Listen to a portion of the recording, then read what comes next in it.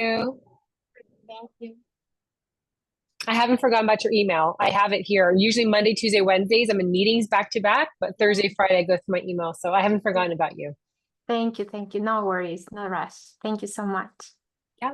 All right. Let me go ahead and get my stuff up so we can get started. Do, do, do. We have 30 minutes of a lot of information. So let me go ahead and share my screen. Actually, let me introduce myself. You probably don't even know I'm just jumping in. I'm so excited to teach this class. So I'm Violet Diallo, the founder of City. I'm so excited to meet you. I love helping women start businesses. It fills my cup so much. I have been a small business owner since the age of 22, and anything you need, let me know. So I'm going to run through today. I try to do as best as I could. We only have 30 minutes together, and I do want to have the ability for you to ask questions. So I'm going to cover a lot. And my intention is that I give you everything you need to get going. And we always have classes. So we have classes every week.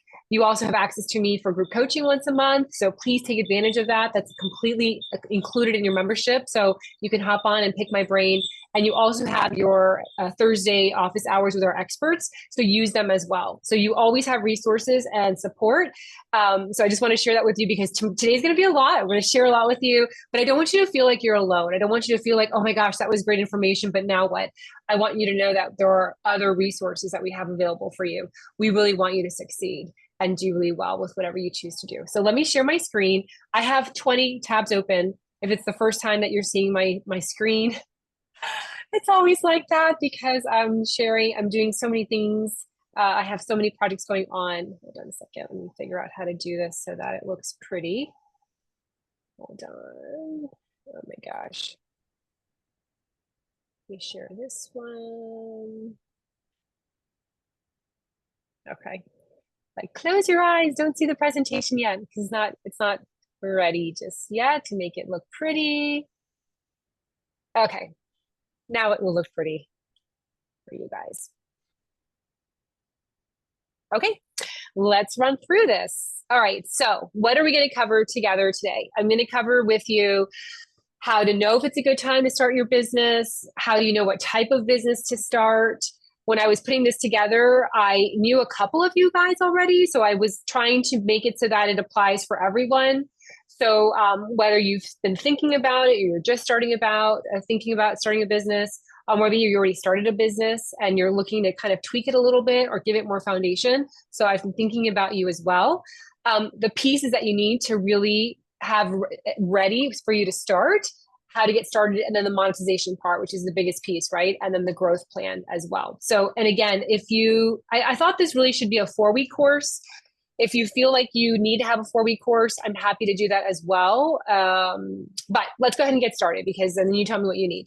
All right, timing. So if you're asking if it's a good time, I know the markets are a little bit crazy right now, and you're probably thinking, when do I start this business? Maybe you've been thinking about it for a while. Maybe you just started thinking about it once you got my email. I really feel like it's always a good time to start a business. It's always a good time. And I'll share some of my personal stories towards the end of me starting new businesses. But I feel like if you're here right now, this is the sign that it's time for you to move forward, whether it's a business or a project or a campaign or a new endeavor that you're looking to launch. This is the perfect time because you're here, and that means that you're ready. So the first thing that we're going to talk about timing wise is we're going to look at your calendar to see when you're going to start working on this business. And so I compare this a lot to when I started writing my first book. I had 3 kids in 3 different schools. I had 2 businesses. I sat on 6 different boards. I chaired many of those positions, and I was raising over $1 million a year for local nonprofits that I loved. I really had no time. So when I started thinking about writing this book, which is in essence a business, I was like, when am I going to start this? I have no time. So I really had to look at my calendar to see what I was willing to give up for 6 to 8 weeks in order to get the book writing process started. So the same thing with your business. When you start looking at starting your business, look at your calendar, see what you can remove from your calendar. What are those activities that you can actually pass on? What are those commitments that you can delegate away so that you have now time in your calendar to work on this? So just like you would a doctor's appointment, just like you would a hair appointment, you put it in your calendar and that's what you work on. So for me, it was really the catalyst for me to, I also had some health issues. So I started removing myself from the boards that I sat on. So I started to resign from those boards. I started to go ahead and recognize that I don't need to be raising so much money on the side. I can do that just throughout the year in a more kind of harmonious way. And then I started looking at like my family network. You know, I put the two girls together in one school. I started getting set up with carpool. So I started really kind of formulating my life. So I had extra time to work on this. So look at your calendar to see what you have going on. We always have space to move things around when it is a priority. Look at Oprah when she started getting in shape years and years ago. She was getting up at 4 a.m. to go for a run. So here's someone who, you know, she was growing her empire, she was growing her businesses, multiple streams of revenue. She started creating a priority for her fitness, even though it was at 4 a.m. So thinking about your priorities, this is the priority to start your business. So think about the time blocks because that will already aid in your anxiety. Start putting in those time blocks instead of maybe watching TV for 4 hours a day, which I don't know anybody that does. But instead of watching those, you can start working on your business during those time blocks. Budget wise, also, so thinking about, and I'm going to give you some hacks as well, but thinking about long term, you know, you're going to have to spend a little bit of money on your filings. I know in the state of Florida, it's about $100. Website, logo, brand colors. You can pay someone to do those, which FemCity does and my personal brand does. However, if you don't have the budget to do so, do not let that stop you. You have great programs and softwares like Squarespace, which I already taught a class on that. You can take a look at that in the business portal for the replay on that. You can create a logo on Canva, which we also have a class like on Canva in the business portal as well. So you can take that class. And also we have a class on the brand colors as well. So don't let the budget aspect really dampen your enthusiasm and your passion when it comes to starting your business. And then the last piece with timing wise is planning, right? So maybe you have, you know, maybe you're working full time and your goal is to go ahead and run your business full time. So considering your exit strategy, ideally you want to dance between both worlds. So if you do have a full-time job and you're starting your business, ideally you want to manage both of those until you have your business steady and ready with, you know, your income already surpassing your income and making it that so that you've seen a pattern already of sustainability and longevity within 6 months so that you can start to really consider your exit strategy. Maybe it's a second business for you. If that's the case, this doesn't really apply. But ideally, you do not want to quit your job today and start your business tomorrow because it is going to take some time in order for it to generate revenue. There are some great success stories. There are some people that have overnight created great success and have been able to, you know, surpass their full-time income. That's not generally the norm, however. And the worst thing that I want to do is advise you to get into a bad financial situation. So if you could dance between those two worlds as long as you can, maybe even double dipping, that is ideal until you get to a place where you say, you know what, it's a good time for me to go ahead and release my full-time or my other business and then really focus on this one that's growing and gaining traction and also adding money in my pocket. And we can talk about that during our Q&A. So you might be thinking, because I get this question all the time, how do I know what business to start? So sometimes we have a lot of ideas, we have a lot of thoughts, but we don't know which way to start. Sometimes also we just know that we want to be in business for ourselves and we don't know what that looks like. And so, you know, we have this pool to be entrepreneurs or small business owners, but we really don't know what that means. And so it can be something easy for you. Perhaps you're buying an existing business. I know there's a growing trend of femmes purchasing, you know, existing companies that are more in the plumbing businesses or HVAC businesses. So if you're purchasing a business, that's a little bit different. I'm talking about, for this page, I'm talking about more you starting your own business from scratch and what does that look like? So I think ideally, if you look at a pie, and the pie has 3 circles that all kind of come together for a core, you want to look at what your passion is. What is something that you absolutely love to do? So for me, I love helping women start their own business. Before this, I owned a Pilates studio and I helped women navigate their wellness journey. So I owned a Pilates studio. And then before that, I did a personal training business. And all of those were geared towards women. I only trained women. So my passion has always been helping women. So that's definitely something that was a passion of mine. The skill and the talent, and I'm using myself as an example just to illustrate this point, my skill and talent was I had opened so many businesses along the way and had had so much success and really didn't have any mentors. I wanted to go ahead and share my skill and my talent to help other women start their own business. So that was my other piece of the pie. So I had my passion for helping women, and then I had my passion for starting businesses and the talent and the skill of doing that successfully. And then that third piece is how does it help others live a happier life, look their best, or grow their business brand and money. At the end of the day, all of our businesses serve other people. We want to make sure that we are adding to this beautiful world through the talents and the passion that we give. So when you combine your passion and you combine your skill and your talent, and then you combine how it helps other people, that is generally a great recipe for you to determine which way to move forward in starting your business. That would be the ideal business scenario for you.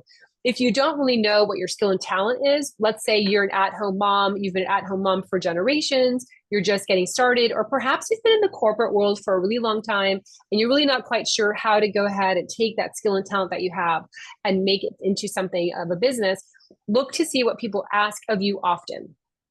So let's say you are in the corporate world and you take great pictures and people love your pictures on Instagram. You don't know what business to start, but you do know that people love your pictures. Think of that as your skill and talent. Think of that as something that people look to you for advice and for help. Maybe you've had friends say, oh gosh, I love your style so much. I wish I had your style. That could be something that you would hone in when it comes to your skill and your talent. We all have beautiful things that we bring to this world. We are all uniquely gifted. And so thinking about these three components and how they all come together would be a great place in a sense of like where you go to launch and start your business. Okay, so let's say you already thought of your business type, you already know what your passion is, you already know your skill, you already know who you're going to serve. Here's what you're going to need to get started with. Name of your business. And this can change. So with my first business, it was called Body Elite. And then my second business was called 5 Points Fitness. My third business was called Spinning Palm. And of course, my fourth business is FemCity. I'm going to use FemCity as an example because you all know it well. And so you'll be able to kind of use that for your own story, for your own growth and launch. We actually started with the word Femfessionals. That was originally the name. Actually, it still is our name. It's Femfessionals doing business as FemCity. So both of those names came to me, Femfessionals and FemCity, and I liked them both. However, I liked FemCity more, but we did Femfessionals and we launched Femfessionals. I think we had about 10 chapters until we changed our name. We had already started getting into newspapers and magazines. I think we had just gotten into Vogue magazine. And I met with one of my mentors, who's the founder of Gymboree, Joan Barnes. And she said, you know, I really like FemCity better. And I had already started to think I had already really felt more connected to the word FemCity, but I thought it was too late for us to change our name.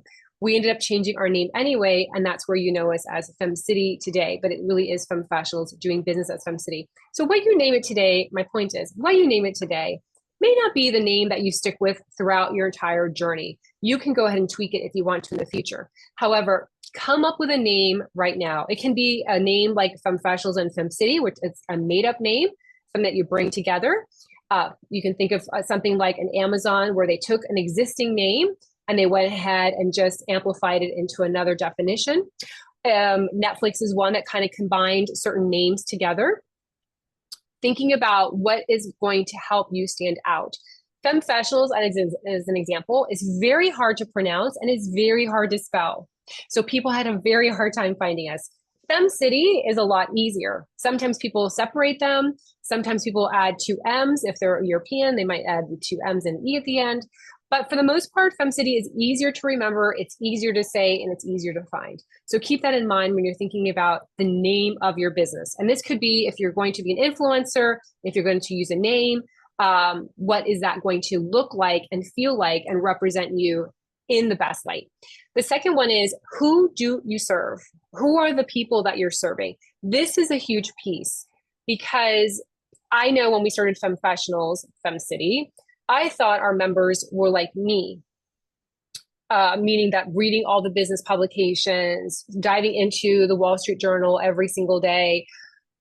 I thought that our followers were like me. So I spent a lot of time getting us into those newspapers and magazines, thinking that our people were there. They were not there. They were actually reading more Mary Claire and Cosmopolitan and Glamour and Vogue and Vanity Fair. And so I really didn't know the demographic that we were serving. It wasn't until the analytics of Facebook and then, of course, LinkedIn and, of course, our Google Analytics that showed me who our demographic was. So even though I knew they were female, and I knew they were going to be around my age. I'm 52. So generally our demographic is 10 years younger and 10 years older than that. And then we, of course, have 25% on beyond that and then below that. I know that our demographic, I knew our name, or rather, I knew our gender and I knew our age bracket. I didn't know their likes. I didn't know where they were hanging out. So spend time really learning about your demographic because it will help you when you formulate your copy, your wording, so that you can capture the words that will resonate best with them. And you can find this over in your Facebook analytics, your Google Analytics, and your Instagram. This may take some time to figure out. So give yourself grace and love, like I did to myself when I started pitching and we got into Forbes and we got into Entrepreneur and I was a contributor for Entrepreneur magazine. And then our people weren't there. So you will learn this as you go, but try to get in as close as you can. This will also help you when you create your branding and your logo. I am a huge believer that branding is everything. The colors that you use, the logo that you use, the fonts that you use should all align. So if you look at all the FemCity branding, we always use Dido as our font, which is the top part of this page. That is Dido. We always use Lato, which is the font that you see below. We always use colors of tan, gold, and then pops of color. Our branding is very solid. We've had the same branding for about 15 years. It edits, it changes, but for the most part, we have always been looking like this. And so it helps for people to recognize our marketing, our branding, our messaging. It makes it easier. They know what to expect. So think about your branding. What colors do you like? What do those colors mean? What's your logo going to look like? The logo should not be something that's like not readable. Like the other day I drove by, there was a nail salon that just opened and they used a font and I could not read what the name of the new nail salon was. The font was beautiful, but I had no idea if it was an S or a P. I had no idea if it was a U or a V. So make sure that when you are creating your branding, that it is easily identifiable and it's something that will look good in magazines. It will be something that's good, looking good when you sponsor things, when you do advertisement. Make sure that it relates to your brand and it's also easy for others to identify. The fourth one is a one-page mission statement, just basic copy about who you are and who you serve and why you do what you do. It doesn't have to be 18 pages long. It doesn't have to be a business plan. It's really just about you. If you want to take a look at an example, if you go to FemCity's website, there's a drop down in the About Us, I believe. There is a mission statement there. Take a look and you can see as an example what one looks like. It generally captures your vibe and what you're on a mission to do. How do you want to change the world with your talent, your skills, your passion, and how is it going to help other people? Humans just want to know what's in it for them. So when they come across your branding, they want to know, how are you going to help me navigate either my life, my business, or the way that I look? They want you to help them solve something in their life. The mission statement should reflect that, and it should be basic copy that then you can utilize for your LinkedIn, for your website, for social media, and also when you're pitching, you can use it as part of your boilerplate and your bio. The fifth one is your URL, which is your website. So often when I'm helping women starting their businesses, we go through all these exercises together, and this is a big piece. Before you do the official name and get the official social media accounts, make sure that the URL is available. So as an example, when we had Femfessionals, we released FemCity. I had the Twitter FemCity, and I also had the domain FemCity. And I was like, okay, we're going back to FemCity. I have to go purchase all those. They were no longer available. Someone had taken femcity.com and someone had taken FemCity on Twitter. Luckily, I had trademarked FemCity and Femfessionals, so I was able to get the domain, the URL, and I was also able to get the Twitter handle as well. So when you're going through this creative process, look to see what URLs are available, because that's going to be a huge piece. I know most people find you probably through social media. At least that's how people find me when it comes to my coaching or my speaking. They usually find me through social media. But the URL is a really great place to show off your legitimacy, to show off your portfolio, to show off your work in a more expansive way. And it should all be connected. So as an example, my personal website is violetdeayala.com. My Instagram is violetdeayala.com. On LinkedIn, it's violetdeayala on LinkedIn, and also on Facebook. They all match. FemCity. You go to femcity.com. You go to Instagram, it's FemCity. You go to LinkedIn, it's FemCity. So everywhere, it's the same thing. You want to make sure that they line up so people know how to find you. If they get confused, they don't know, you're going to lose that lead. So make sure that you spend time making sure that all of those pieces work together before you finalize anything. The sixth one is your filings. So whether it's an LLC or a sole partnership or a sole entity, I have a class on this that was taught by an attorney. I don't want to spend too much time on this because it is a free resource for you. If you go to the business portal and you click on start a business, there are 16 modules there. There's one specifically just for this, the pros and the cons as to which one you should go ahead and pick.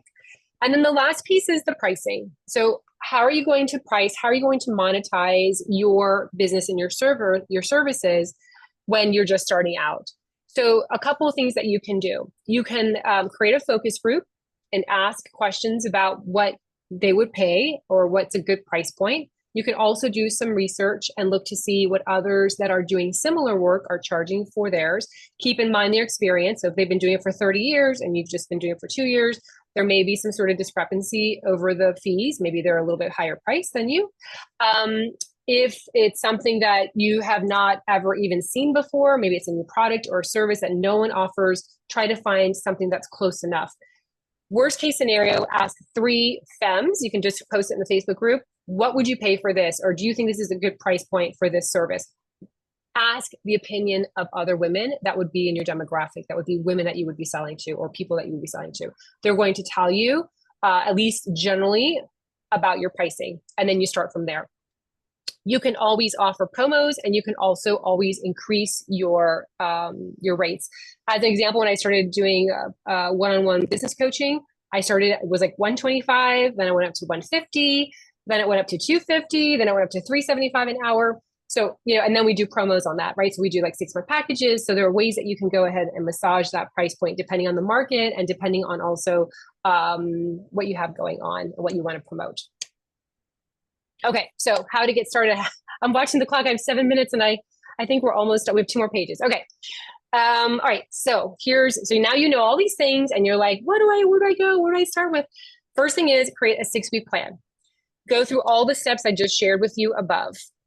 Second thing, time blocks. You're going to have to add the time blocks into your calendar. I'm a huge time block person. I have time blocks for my writing time. I have time blocks when I create reels on Instagram. I have time blocks when I have my one-on-one coaching sessions with clients that want to launch businesses. I have time blocks when I am responding to emails. My entire schedule is filled with time blocks and they all have themes. That is how I'm able to do so much.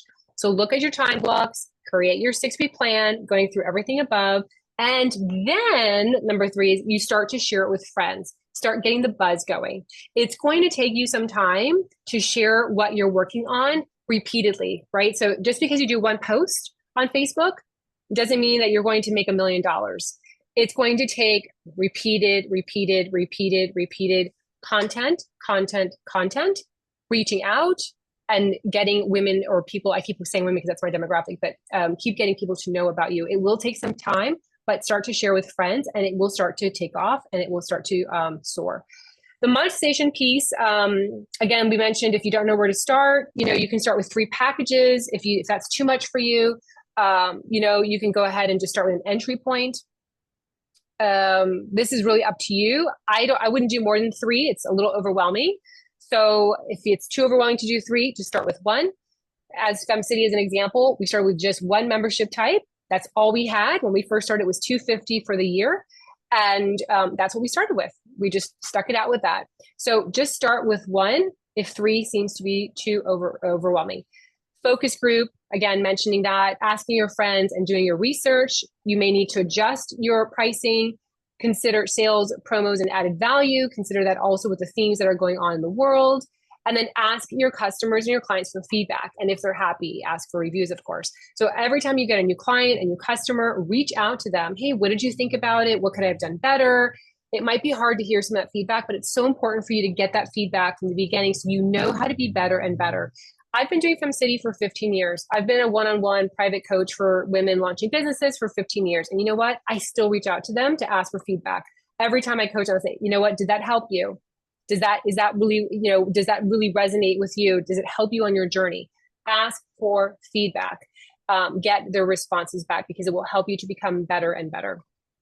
And of course, ask for reviews because that helps you also with your SEO. Last but not least, and this will give us some time for some Q&A, network often, whether it's at your local chamber, whether it's at FemCity, whether it's through LinkedIn, whether it's through Facebook groups, network often. The more people that know you, the more people that you offer to help, the more your referral circle will expand. At the end of the day, humans do business with humans they know, love, and trust. Practice your elevator pitch. We have a worksheet that's, again, free over in the business portal. Take a look at that. I think I just posted it in the Facebook group. But creating your elevator pitch will help you big time. Follow up weekly with the people that you meet. Add that as a time block. When you go out networking, again, whether it's FemCity or your local chamber, follow up with your leads. Even if it's not like, hey, I have a new business and I'd like for you to purchase from me. That's not the way to approach it. It's just meeting people, finding out about them, and reaching out and saying, it was so great to meet you. If there's anything I can do to assist you with your project or with this thing that you mentioned, please let me know. Follow up with them often. Send them an invite to an event. Send them an article that you think they would benefit from. Send them an introduction that you think they would benefit from. That's how you intentionally and heart-centeredly grow your network. Reinvest in your business. So once you start making money, don't just go blow it. Reinvest it in your business. Go ahead and use those funds to hire out freelancers, to start hiring other people, to start investing in maybe software, in platforms, and things to make your life easier so that you can spend more time growing and expanding. Again, consider hiring a small business coach, having a mentor. I highly recommend. It will make you more efficient, more productive. You will not waste time and a lot of money. I spent so much money, wasted so much money, I should say, on really bad ideas, and I regret them. But sometimes it's better just to hire someone to say either yes or no. Hire someone who has already created what you're looking to create. So whoever it is that you decide to hire as a coach or someone to help you facilitate this, just make sure that they have created whatever you want to create in a very successful way. Constantly learn and stay ahead of the game. So part of this is also the world changes every day. You don't want to be like, oh, I have my 3 clients, I'm good to go. Constantly be in there learning, staying ahead of the game, adding more into your pipeline so that you can keep on growing. You don't want to ever be stagnant because then you're not really going to grow. You're going to actually go the opposite direction. So always be learning and kind of keeping ahead of the game. And then consider branding, outreach, and partnerships to help your brand expand and grow. These are great ways to go ahead and reach new people and, of course, expand your referral network. So I'm going to go ahead and stop because I want to make sure we have time for Q&A. All right, that was a lot. I know it was a lot. Again, I think it should be a 4-week session, but I wanted to do it within 30 minutes. Okay, I see. Do you have suggestions having more than one logo or different platform spaces, like a primary one, a secondary one? I suggest, do you suggest having more than one logo? I suggest one logo for everywhere you go. Think about the big brands. Nike, one logo. Everywhere is the same logo.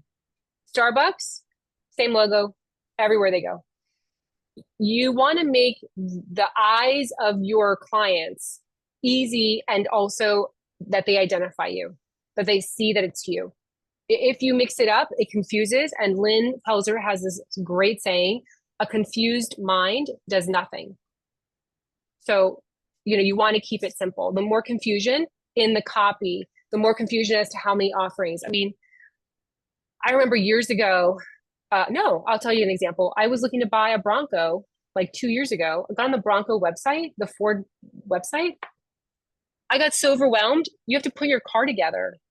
I had no idea. You have to go in there, and I'm not a car person. I don't know anything about engines. So I gave up.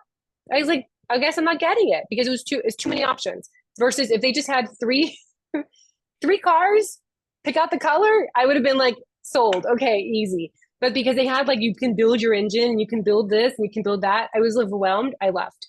So keep it very simple. There's that acronym, keep it simple. And they always say keep it simple, stupid. I don't like the word stupid. So keep it simple, Sweetie. silly, let's just say sweetie. Yes, something kind. Sweetie or silly or whatever. So any other questions that you all have? And we had like 80 people sign up for this. So it's actually really yummy that it's just us because you have time to ask. And we can go over a couple minutes if you want. Go ahead, I have Patricia. a question, Violet. Yes, when you said make a 6-week plan, is that the actual content plan, or is it like to go through the 1 through 7, I believe it was your points, which is, or both?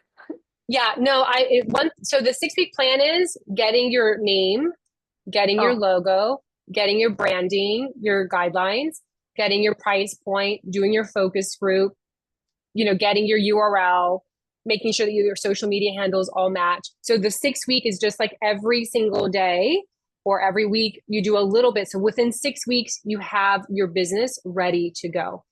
Okay. You don't really have to have a website also. When I started FemCity, I didn't have a website. I just created a one page on like, I think it was on WordPress.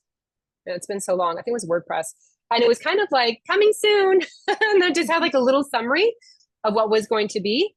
When I started my Pilates business, that was like 25 years ago.